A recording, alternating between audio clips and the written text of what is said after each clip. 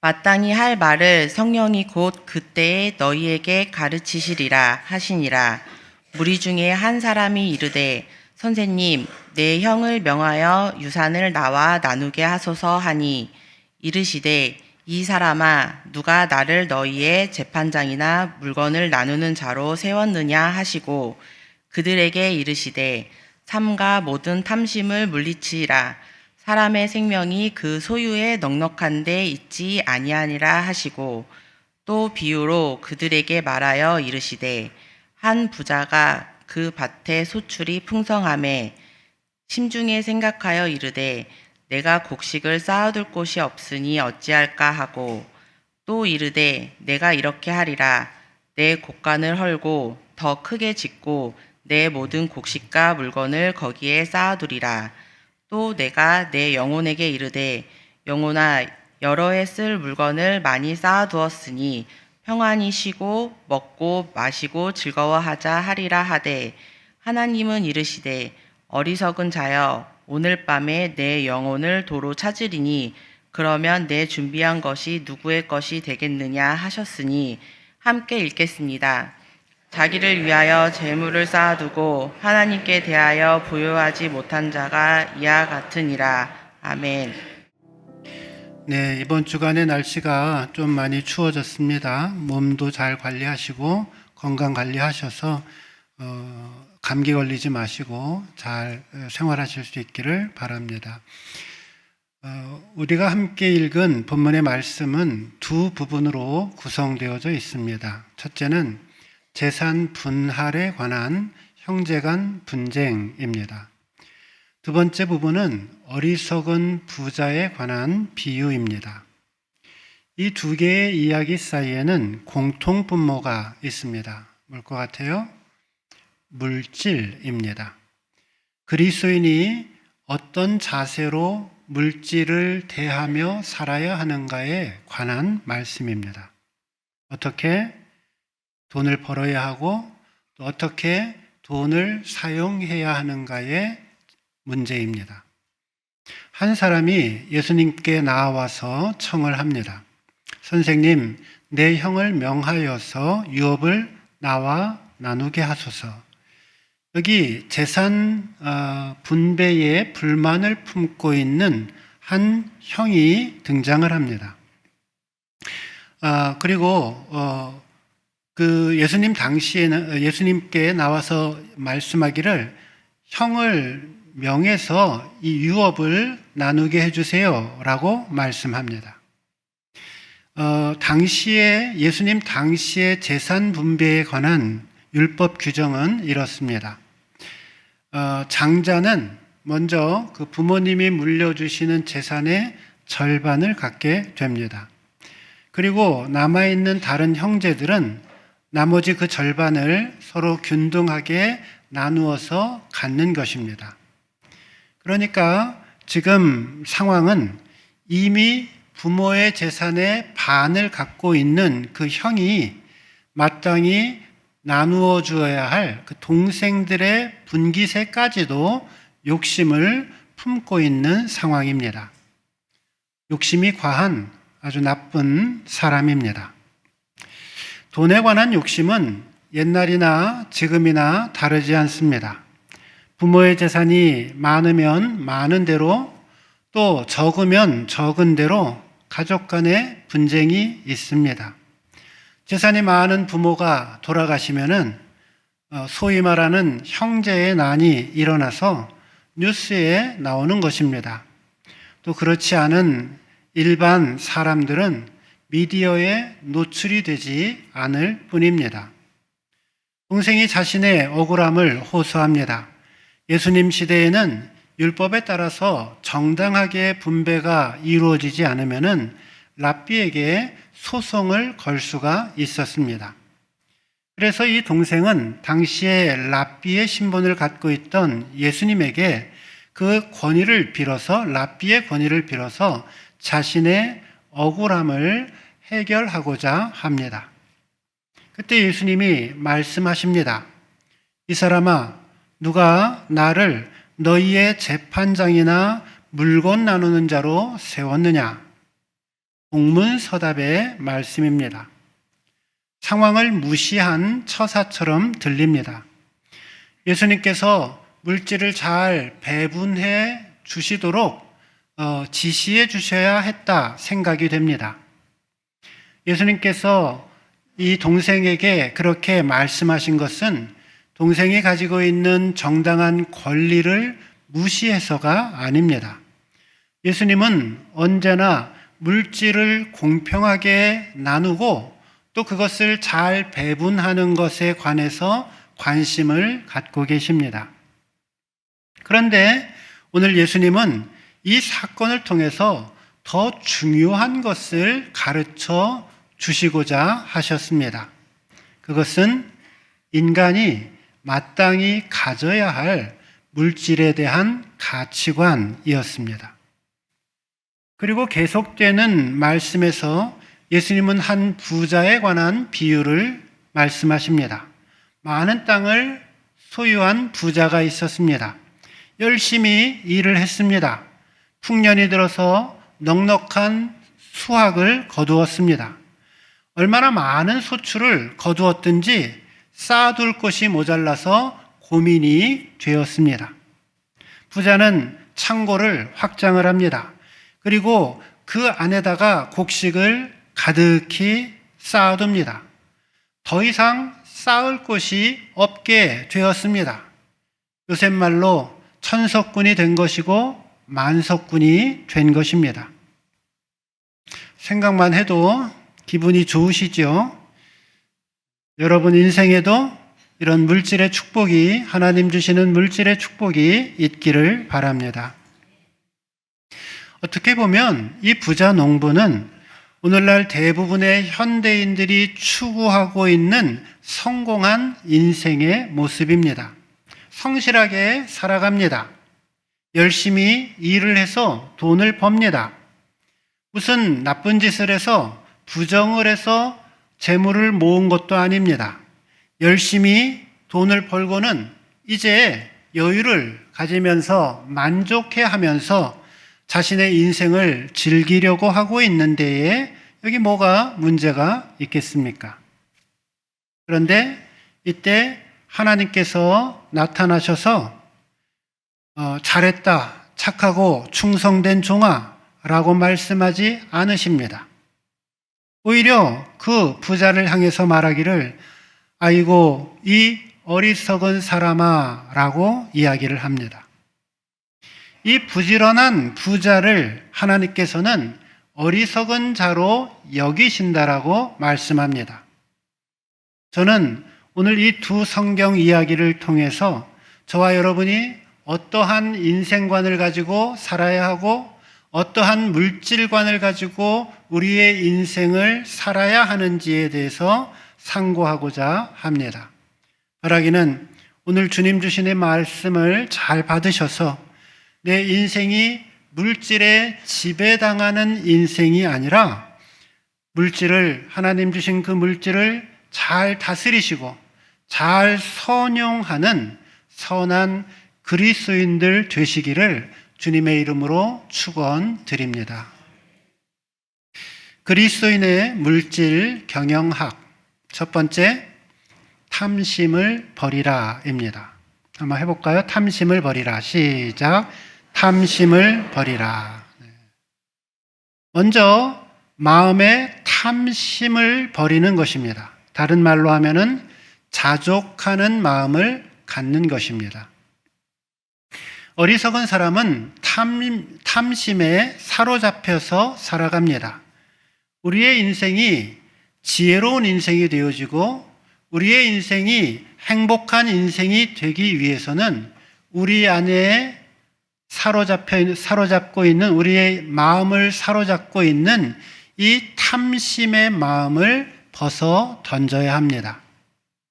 오늘 형제의 재산 상속 사건과 어리석은 부자의 이야기에서 예수님이 가장 중요하게 생각하고 있는 것은 이 인간의 내면 속에 있는 이 그칠 줄 모르는 끊임없는 탐심, 끊임없는 탐욕에 있습니다.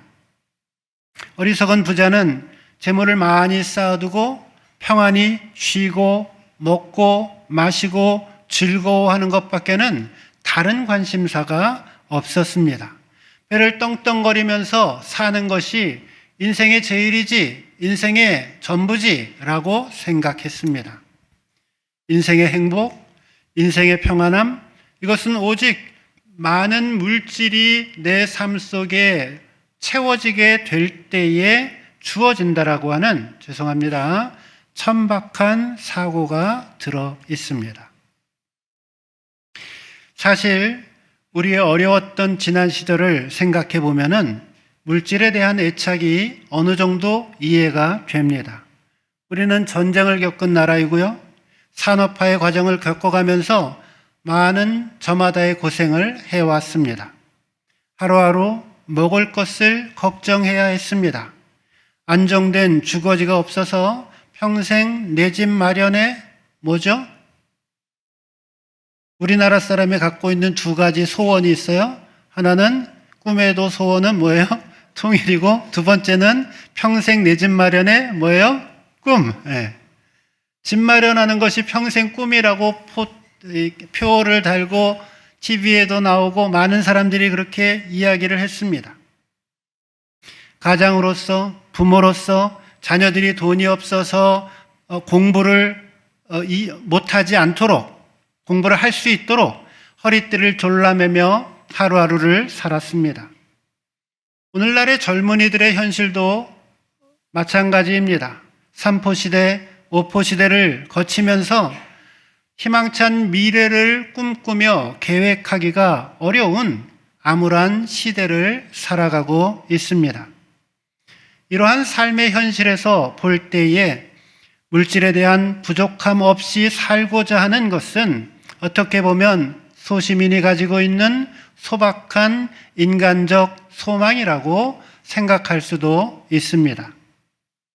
그러나 우리가 한 가지 기억해야 할 것이 있습니다.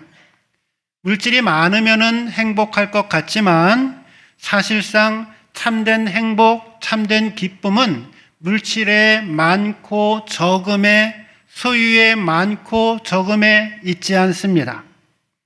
세상의 많은 부자들은 자신의 창고마다 가득가득 재물을 쌓아둡니다. 그러나 불행히도 자신이 소유한 그 재산만큼 행복을 누리며 살아가는 사람들은 제가 본 적이 없습니다. 오늘 주님은 이렇게 말씀합니다. 삼가 모든 탐심을 물리치라.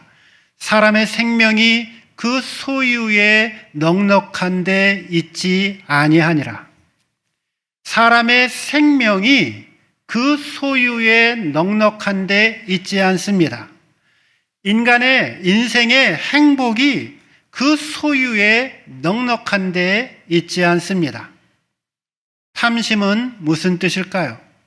탐심은 원어에는 더 많은 이라는 말과 소유하다라고 하는 말의 합성어로서 더 많은 것을 소유하려고 하는 마음을 가리킵니다. 만족할 줄 모르는 마음인 것이죠. 끊임없이 만족할 줄 모르는 그 마음이 탐심입니다. 이 만족을 모르는 이 마음, 이 욕심이 문제가 됩니다. 결국 탐심은 우리를 미혹하게 하여서 다른 그 어떤 세상의 어떤 것보다도 재물을 소중한 것으로 여기게 만들고 그 생각이 우리를 파멸시키게 합니다. 탐욕은 우리의 행복을 빼앗아갑니다. 탐욕이 우리의 믿음을 빼앗아갑니다. 그래서 그 탐욕은 결국 우리를 불행하게 만들고 우리 인생을 파멸로 이끌어 갑니다. 그러기에 탐욕은 나쁜 것이고요. 성경은 이 탐욕을 우상숭배라고 이야기합니다. 어리석은 부자, 그의 돌이킬 수 없는 잘못은 바로 이 물질에 대한 탐욕의 생각이었습니다. 바라기는 오늘 저와 여러분이 참된 그리스도인이 되어서 물질에 대한 탐욕의 마음을 벗어 버리시고 하나님 앞에 자족하시고 하나님 앞에 감사할 줄 아는 인생 되시기를 주님의 이름으로 축원드립니다. 두 번째로 이웃을 돌아보라입니다. 한번 해볼까요? 이웃을 여러분이 돌아보라 그러면 안 되니까 저한테 이웃을 돌아보자로 합시다. 시작. 네. 우리가 물질에 대해서 가져야 될 두 번째 이야기는 이웃을 돌아보는 마음입니다. 참된 그리스도인으로서 사는 법은 탐심의 마음을 벗어버린 다음에 이웃을 돌아보는 눈을 갖는 것입니다. 마음속에 그칠 줄 모르는 탐심이 생기게 되어지면 그 탐욕이 자연스럽게 이끌어가는 한 가지 길이 있습니다. 그것은 우리가 가지고 있는 이 눈이 이웃의 아픔과 어려움과 필요를 보지 못하게 만든다는 것입니다. 우리의 눈이 물질로만 향하고 자신에게로만 향하고 자신의 가족에게로만 향하고 이웃의 필요나 이웃의 아픔을 보지 못하게 만듭니다. 오늘 우리가 참된 그리스도인으로서의 삶을 살기 위해서는 이웃을 돌아볼 줄 아는 삶을 사셔야 합니다. 본문에 등장하는 부자의 독백에는 반복되어지는 단어가 있습니다. 그것은 I라고 하는 말입니다. 부자의 짧은 자기 독백 속에서 6번이나 반복적으로 나라고 하는 단어가 등장을 합니다. 헬라어 원문에는 그것보다도 훨씬 더 많이 등장을 하는데 무려 나라고 하는 이 말이 11번 그 독백 속에 등장을 합니다. 우리는 여기서 이 어리석은 부자의 의식이 자기 자신도 알지 못하는 사이에 얼마나 철저하게 자기중심적이 되었고 이기적으로 변했는가를 살펴볼 수 있습니다. 이 부자의 생각 속에는 나 아닌 다른 사람들을 돌아볼 줄 아는 눈이 없었습니다. 이웃의 아픔에 대해서는 조금도 생각할 마음이 없었습니다. 곡간이 가득 찼어요. 더 이상 쌓을 곳이 없어요. 그래서 곡간을 더 늘리고도 더 쌓고 그래도 쌓을 곳이 없을 만큼 많은 물질이 생겼어요. 근데도 옆에서 배를 굶고 있는 이웃들을 돌아볼 수 있는 눈이 손끝만큼도 없었다라는 것입니다. 그저 더 커다란 곡간, 더 많은 곡간을 지을 생각만에 몰두하고 있습니다. 병적인 이기주의자의 모습은 마치 브레이크가 고장난 자동차와 같습니다. 컨트롤이 되지를 않습니다. 그냥 앞으로 질주만 하는 것입니다. 더 많은 소유, 더 많은 물질, 더 많은 것들을 손에 움켜쥐기 위해서 그저 계속 앞으로 달려가기만 하는 것입니다. 그렇습니다. 부자가 어리석은 이유는 자신에게 주어진 그 축복을 어떻게 사용할지 제대로 몰랐다는 것입니다. 가난한 이웃과 도움이 필요한 사람들에게 대해서 눈과 귀를 닫고 있습니다. 다른 사람들의 필요와 다른 사람들의 행복에는 관심이 없습니다. 오로지 나의 행복, 오로지 나의 기쁨, 오로지 나의 미래에만 관심을 갖습니다. 오늘 본문의 주인공은 하나님 때문에 내가 존재하고 있음에도 불구하고 이웃들의 따뜻한 도움과 배려 때문에 내가 존재하고 있음에도 불구하고 하나님을 자기의 생각 속에서 의도적으로 제거해버리고 이웃을 망각하고 자기 폐쇄의 망각의 감옥 속에서 벗어나지를 못합니다. 철저하게 이기적이고 철저하게 자기중심적인 삶에서 헤어나오지 못하는 이 사람을 바라보면서 주님은 이렇게 선언을 하십니다. What a foolish man. 이 어리석은 사람아. 우리 성경을 한 절 같이 읽겠습니다. 누가복음 6장 38절 말씀입니다. 같이 읽겠습니다. 시작.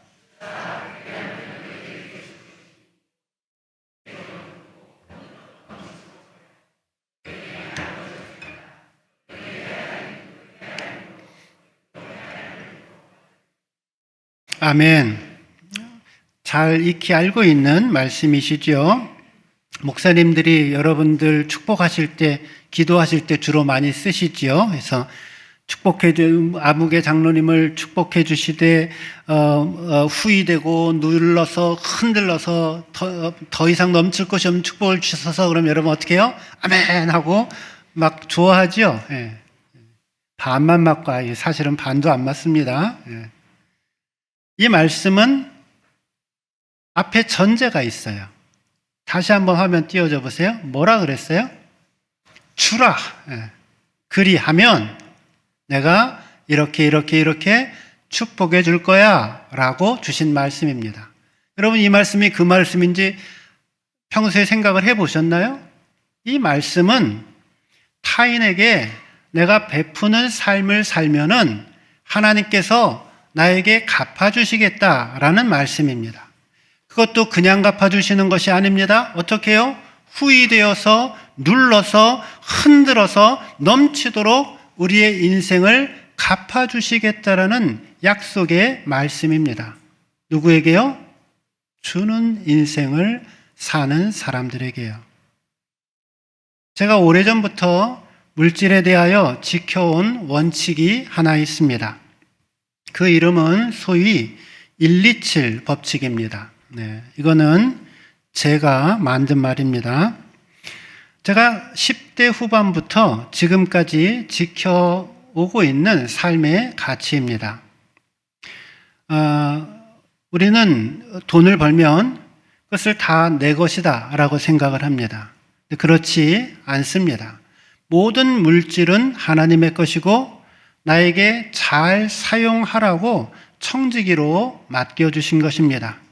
하나님이 우리에게 열을 주시면은 그 중에 하나를 하나님께 돌려드리는 것이고, 이는 타인을 위해서 쓰는 것이고, 남은 7개로 내 삶을 살아가는 것입니다. 이것이 127 법칙입니다. 제가 이거를 고등학교 때 어떻게 생각하게 되었냐면은, 당시에 제가 신앙생활하던 담임 목사님이 설교를 하셨습니다. 유대인들의 물질에 대해서, 관에 대해서 설명을 해주시면서, 유대인들은 자신들이 가지고 있는 물질의 10개 중에 하나를 하나님께 돌려드린다, 반드시. 그리고 자신들이 매달 버는 돈의 13.7%를 가난한 사람들과 도움이 필요한 사람들을 위해서 사용한다. 아마도 하나님께서 유대인들을 특별히 물질적으로 이렇게 축복해 주신 그 이유는 아마 이 유대인들이 하나님과 이웃들을 향해서 끊임없이 베풀고 섬기는 삶을 살기 위함이었을 것이다 라고 설교를 했어요. 전 동의를 합니다. 그때도 동의를 하고 지금도 동의를 합니다. 그리고 끝나고 결심 기도를 했어요. 그리고 결심 기도를 하라 그럴 때 제가 하나님 앞에 이렇게 기도를 했습니다. 하나님, 저에게 10개의 물질이 주어지면 하나는 하나님께 꼭 돌려드리고 2개는 꼭 이웃을 위해서 사용하며 살겠습니다. 그래서 저 유명한 127 법칙이 만들어졌습니다. 제가 세상적으로 볼 때는 그렇게 줄이나 빼기나 있는 사람이 아닙니다. 저희 부모님은 제가 목사가 된 다음에 신앙생활을 하셨고 저를 신학적으로 혹은 교회적으로 이끌어줄 그 어떤 사람도 없었습니다. 저는 진짜로 하나님 백밖에 없었습니다. 그런데 하나님이 그나마 저를 지금 이 자리까지 인도해 주시고 대단한 자리는 아니지만 감사할 수 있는 자리로까지 인도해 주신 가장 큰 이유는 저는 이 127 법칙 때문이었다라고 생각을 합니다. 하나님께서 나에게 허락해 주시는 그 물질에는 사명이 있습니다. 결코 하나님은 나 혼자만 잘 먹고 잘 살라라고 우리에게 물질을 허락해 주신 것이 아닙니다. 나에게 물질을 허락해 주신 그 하나님이 보이고 도움을 주어야 할 그 이웃들이 보이기 시작할 때에 우리는 진정 부요한 사람이 될 수가 있습니다. 바라기는 진정 예수를 따르는 그리스도인이 되어서 도움이 필요한 사람들을 향하여 우리의 마음을 드리고 우리의 시간도 드리고 또 우리의 물질까지도 드릴 줄 아는 성도님들 되시기를 주님의 이름으로 축원드립니다. 세 번째, 영혼의 가치를 알고 영적인 일에 헌신하라입니다. 같이 읽겠습니다. 영혼의 시작. 아멘. 행복한 인생이 되기 위해서는 영혼의 진정한 가치를 깨달아야 합니다. 그리고 영적인 것의 소중함을 아셔야 합니다. 19절 말씀 보겠습니다. 같이 한번 읽겠습니다. 시작.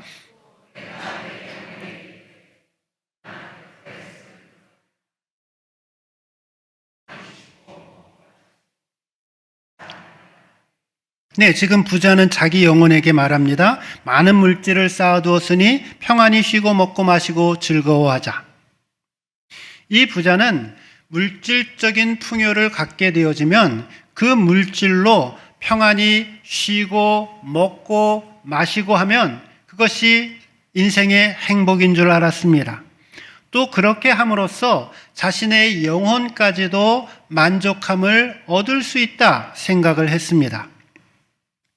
사실상 이것은 하나님을 알지 못하고 있는 사람들의 생각이고 세상 사람들이 살아가는 삶의 방식입니다. 그들은 하나님이 없어도 먹고 마시고 즐기고 하면 그것으로 얼마든지 인생은 행복할 수 있고 내 영혼의 갈증을 해소할 수 있다라고 생각을 합니다. 성경의 진단은 이것은 참으로 어리석은 생각이다라고 선언합니다. 어리석은 부자는 그 물질이 자신의 영혼을 결코 만족시킬 수 없다라는 사실을 알지 못했습니다. 육체적인 필요가 있고 영혼의 필요가 있는데 육체적인 필요와 영혼의 필요를 서로 혼동했습니다. 육신적으로 아무리 많은 물질을 가지고 있어도 영적인 풍요와 영적인 만족이 없으면 진정한 행복과 기쁨을 누릴 수가 없습니다. 예수님께서 오늘 부자 농부를 향해서 어리석은 자여 라고 말씀하신 가장 중요한 이유도 바로 이것입니다. 여기 주님의 음성을 들어보십시오. 하나님이 이르시되 어리석은 자여 오늘 밤에 내 영혼을 도로 찾으리니 그러면 내 예비한 것이 네 것이 되겠느냐 하셨으니 자기를 위하여 재물을 쌓아두고 하나님께 대하여 부요치 못한 자가 이와 같으니라. 우리는 평소에는 죽음에 대해서 별로 생각하지 않으며 살아갑니다. 내가 어제 숨을 쉬었어요? 오늘도 당연히 숨을 쉬겠거니 생각합니다. 내가 오늘 숨을 쉬고 살아가고 있어요. 그러니까 내일도 당연히 숨을 쉬고 살겠거니 생각을 합니다. 그런데 생명에 대한 하나님의 법칙은 너무나 엄중하고 분명합니다. 한 세대, 30년입니다. 성경에서 한 세대는 한 세대가 지나가게 되어지면 하나님은 이 지구상에 살고 있는 인구의 3분의 1을 세상에서 떠나 보냅니다. 3명 중에 1명은 30년 지나면 죽는다라는 것입니다. 하나님이 언제라도 우리 인생을 부르시면은 그 즉시 내가 하고 있는 그 모든 것들을 내려놓고 우리는 세상을 떠나 주님 앞에 서야 합니다. 사랑하는 성도 여러분, 그러므로 정신을 차리시고요. 깨어서 그 자리에서 일어나셔야 합니다. 재물의 욕망에서 벗어나서 하나님께 부요한 인생이 되셔야 합니다. 하나님으로 내 가슴을 가득 채우셔야 합니다. 하나님의 뜻이 내 삶 속에 이루어지도록 하루하루 불타는 열망으로 살아가십시오. 요즘 주식이 사람들의 뜨거운 관심사가 되었습니다. 너도 나도 주식하지 않으면은 왠지 뒤처진 사람처럼 느끼는 포모 현상까지 생겼습니다. 한 번은 신학교에서 담소를 나누다가 주식 이야기가 화제가 되었습니다. 한 분이 요즘은 꼭 주식을 해야 된다, 아주 열변을 토하셨습니다. 아마 자신의 옳은 주식을 자랑하고 싶으셨나 봅니다. 주변의 몇몇 분들도 그래야 하나 하고 귀가 솔깃해졌습니다. 그때 제가 단호하게 이야기했습니다. 저는 저의 통장이나 저의 계좌에 아무리 많은 물질이 생긴다라고 해도 저의 소중하고도 저의 귀중한 인생을 주식 화면 쳐다보면서 제 마음과 시간을, 인생을 빼앗기고 싶지 않습니다. 차라리 저는 그 시간에 조금 더 말씀을 볼 것이고, 조금 더 연구할 것이고, 조금 더 묵상할 것이고, 조금 더 기도할 것이고, 몸을 위해서 조금 더 운동을 할 것입니다. 그래서 그날 이야기는 거기서 끝이 나버렸습니다. 제가 성도님들께 주식을 하면 안 돼요 라는 말씀을 드리는 것은 아닙니다. 우리나라도 건강한 기업 문화가 조금씩 생겨나고 있고요. 또 투자하는 사람들의 생각도 조금씩 바뀌어져 가고 있어서 다행이다 생각이 듭니다. 제가 드리고 싶은 당부는 주식을 하시고 싶으시면요, 투자를 하시고요, 투기하듯 주식을 하시면 안 됩니다. 무엇이 투자이고 무엇이 투기인가? 제가 오늘 분명하게 그 기준을 말씀을 드릴 테니까 여기에 해당되면 그만하시고 해당 안 되시면 계속 하시면 되겠습니다. 내가 하나님 묵상하는 것보다 주식을 더 묵상하고 있어요. 투기입니다. 100% 투기입니다. 내가 성경책 읽는 시간보다 주식 화면 보는 시간이 더 많아요. 100% 투기입니다. 투자는 여러분 어느 지역에 땅을 사다 놓고 그거 오늘 땅값이 100원 올랐나 200원 올랐나 그거 맨날 쳐다봐요, 안 쳐다봐요? 그게 투자입니다. 그러니까 한 30년 후에 50년 후에 이제 여러분 20살밖에 안 되셨잖아요, 다들. 그때 은퇴하시면 노후 자금을 위해서 쓸 정도로 그냥 넣어놓고 저축하듯이 하는 게 투자고, 매일 화면창 열어보고 올랐니 말았네, 좋네 맞네, 아따, 주식을 투기하듯이 하거나 노름하듯이 하거나 게임하듯이 하면 반드시 일어나는 끝의 결과는 여러분 인생 망가지는 것이고요. 하나님이 그 인생을 축복하실까요? 전 절대로 그렇게, 제가 절대로 한 말은 뺄게요. 하나님은 그런 인생을 사랑하지 않습니다.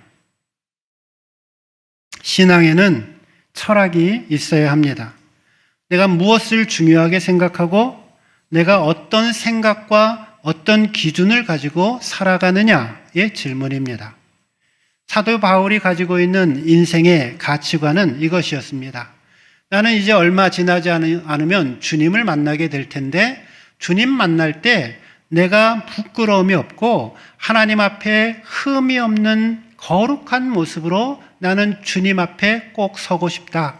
이게 사도 바울의 인생 가치관이었습니다.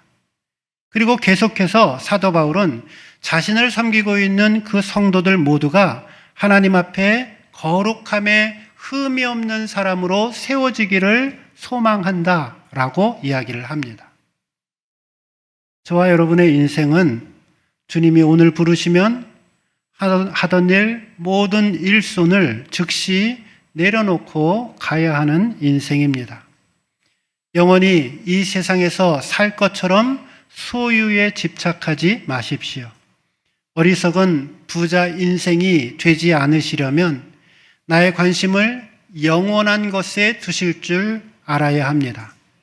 바라기는 저와 여러분 모두가 영혼을 사랑하고 영적인 일에 관심을 기울여서 하나님 앞에 서는 그날에 부끄러움이 없는 모습으로 서실 수 있기를 주님의 이름으로 축원드립니다. 오늘 말씀을 맺겠습니다. 자, 기억하세요.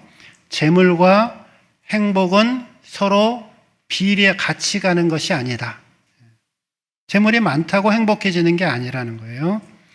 재물과 생명도 서로 비례하지 않습니다. 그러므로 오늘 주님 주시는 이 물질에 대한 교훈을 잘 받으시기 바랍니다.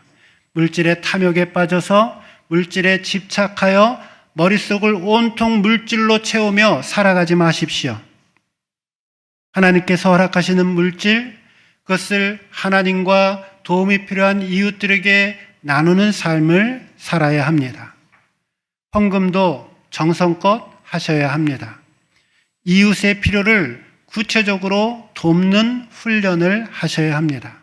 그렇게 살 때 하나님은 오히려 저와 여러분의 인생을 축복하시는데 어떻게 축복하시냐면 후히 주시고 눌러서 흔들어 넘치도록 우리의 인생을 축복해 주실 것입니다.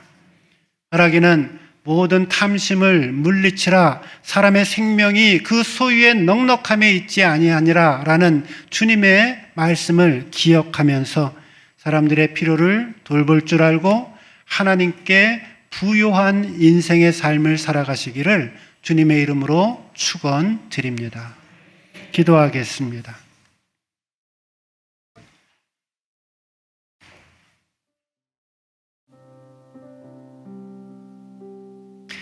사랑하는 성도 여러분, 행복하십니까? 재물이 복이 아니라 재앙이 될 수 있다는 사실을 생각하지 못하는 사람은 어리석은 사람입니다.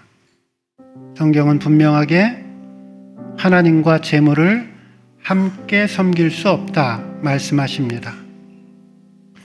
오늘을 살아가고 있는 내 인생을 잠시 돌아보십시오. 질문을 드립니다. 하나님께서 나를 바라보시면서 착하고 충성된 종이구나 라고 부르실까요? 아니면 이 어리석고 무익한 사람아 부르실까요? 내 머릿속은 하나님으로 가득 차 있나요? 아니면 물질에 대한 탐심으로 가득 차 있나요? 조금만 더 하면서 물질을 모으는 것에만 마음이 팔린 상태인가요? 아니면 이웃의 아픔과 필요를 구체적으로 돌아보고 있으십니까? 여러분의 헌금 생활은 어떻습니까? 하나님이 기뻐 받으실 만한 정성과 마음이 담겨 있습니까? 아니면 그저 습관적으로 남의 눈 의식하며 물질을 드리십니까? 오늘 주신 하나님 말씀 기억하면서 하나님이 회개할 것들 생각나게 하시면 회개하시고, 결단할 것들 있으시면 결심하시고, 바꾸실 것 있으시면 바꾸시는 시간이 되기를 바랍니다.